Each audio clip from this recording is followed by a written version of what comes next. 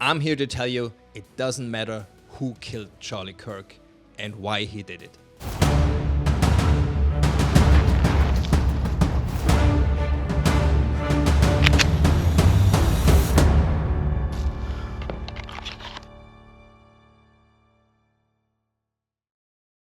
A couple of days ago, Charlie Kirk has been assassinated, and by now it seems they have caught the guy who did it.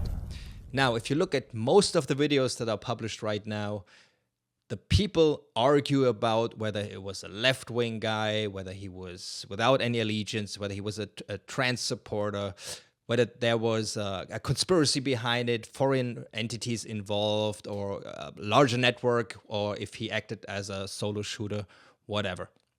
So obviously, for legal reasons, it does matter who killed Charlie Kirk, right? The whole judicial thing has to play out. They have to find out whether there are other people involved, whether there's a network behind it and all that good stuff, and get everybody what they deserve.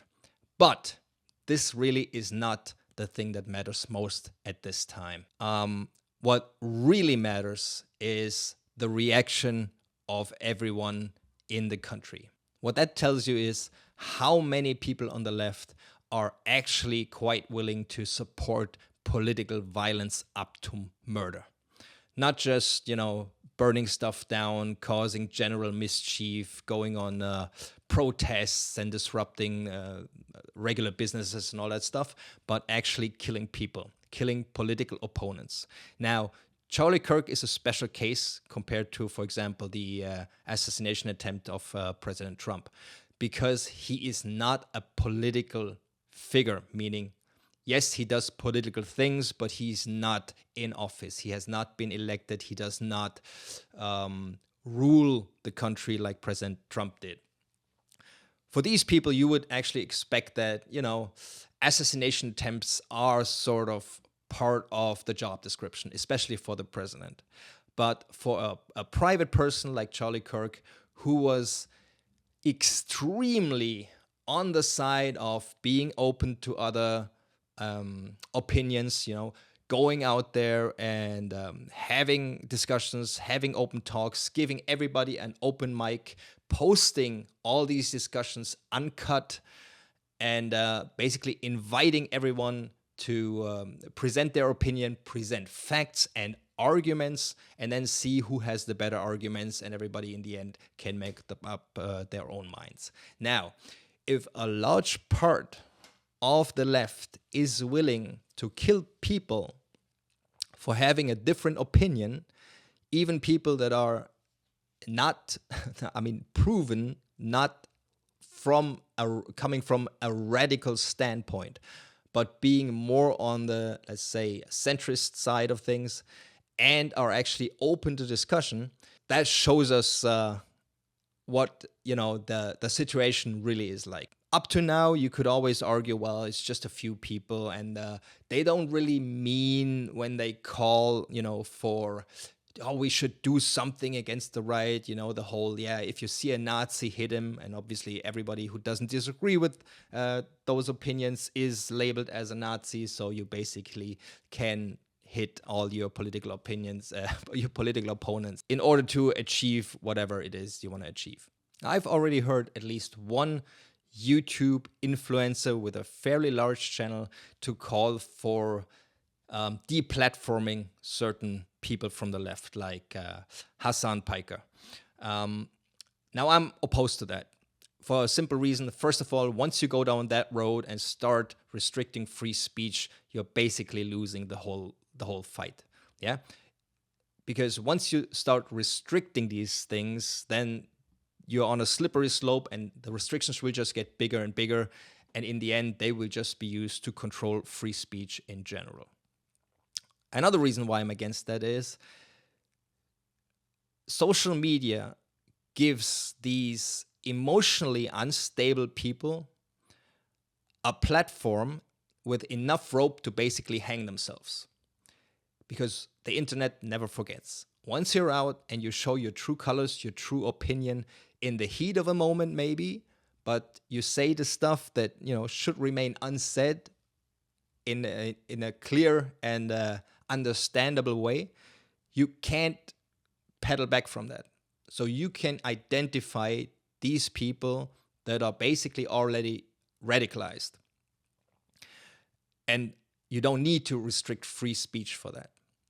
Now, I'm pretty sure there's already laws that could be applied if people actually call for violence against others.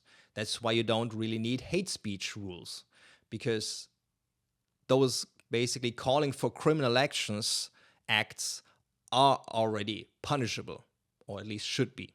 I think they are in most countries.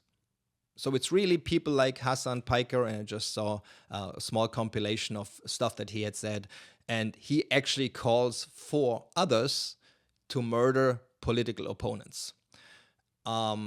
Obviously, he's one of those people that doesn't want to do it himself, right? Otherwise, he would have done it by now. But an influencer is much more dangerous, obviously, if he does his job influencing other people to do his bidding instead of doing it himself, because he's like a multiplier.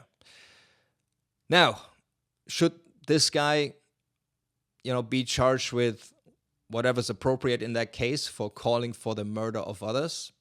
Absolutely. But you don't need to deplatform him for that, because he's basically giving you evidence against himself, which he couldn't do if you deplatform him. The only thing he would do is, he would either get a new account with a new name, maybe a fake name, maybe not show his face, maybe blur his face, wear a mask, whatever, and just keep on doing what he used to do. Or he would go underground, go into, Discord channels, different chat groups, and just keep on doing what he was doing. But you wouldn't see it anymore unless you were part of that subgroup.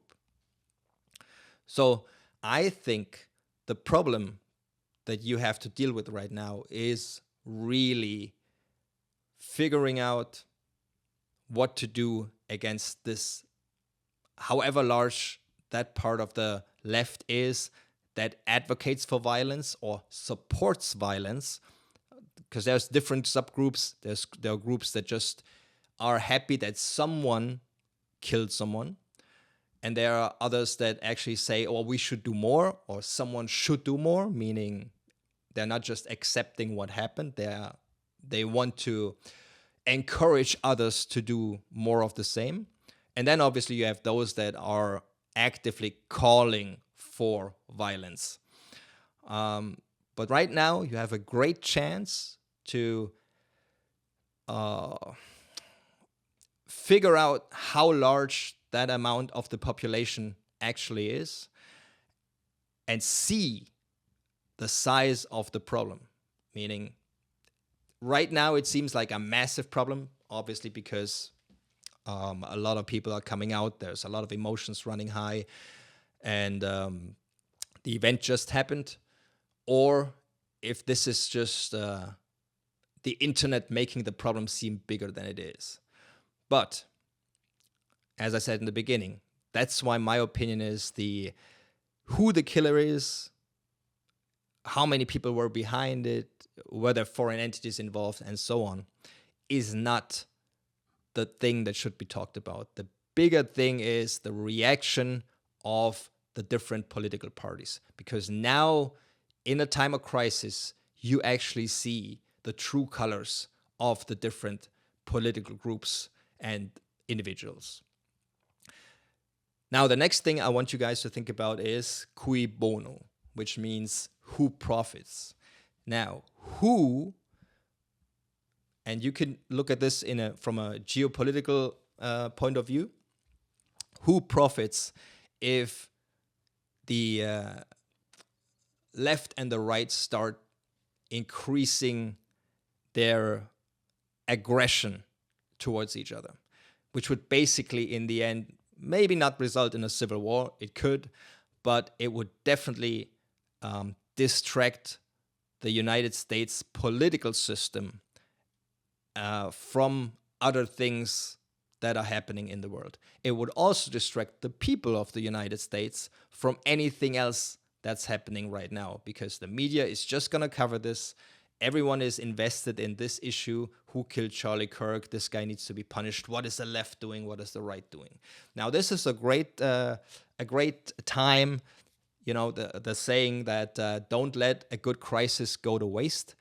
You don't even have to be responsible for that crisis. So I'm not saying whatever entity actually, you know, manufactured that crisis, but everyone is going to say like, whoa, no one is paying attention right now. Let's do the things that we couldn't do before, right? So that could be Russia. No one is talking about the drone invasion, the Russian drone invasion into Poland a couple of days ago. No one is talking anymore about the border crisis or fentanyl or whatever else was going on, right? So don't forget that you might be getting played if you give in to your emotions and start losing the view of the bigger picture. Don't focus into too much of the details. Always try to have a wide angle vision, you know, calm down. Don't forget that this is not the only thing that's going on in the world. And you don't want to wake up in a couple of weeks and say like, whoa, what the fuck happened while I was focusing on this Charlie Kirk issue, right? Not saying the Charlie Kirk thing isn't important. I think it is very important because it has the potential for anything up to a civil war in the United States. But also because this might just be one of the biggest distractions that you can manufacture right now. All right. So if you got anything out of this video, you know, feel free to subscribe to the channel, ring the bell, and all that good stuff. If you got any questions, hit me in the comments. And if you think that anyone else needs to see this video, feel free to share it. See you next time. I'm out.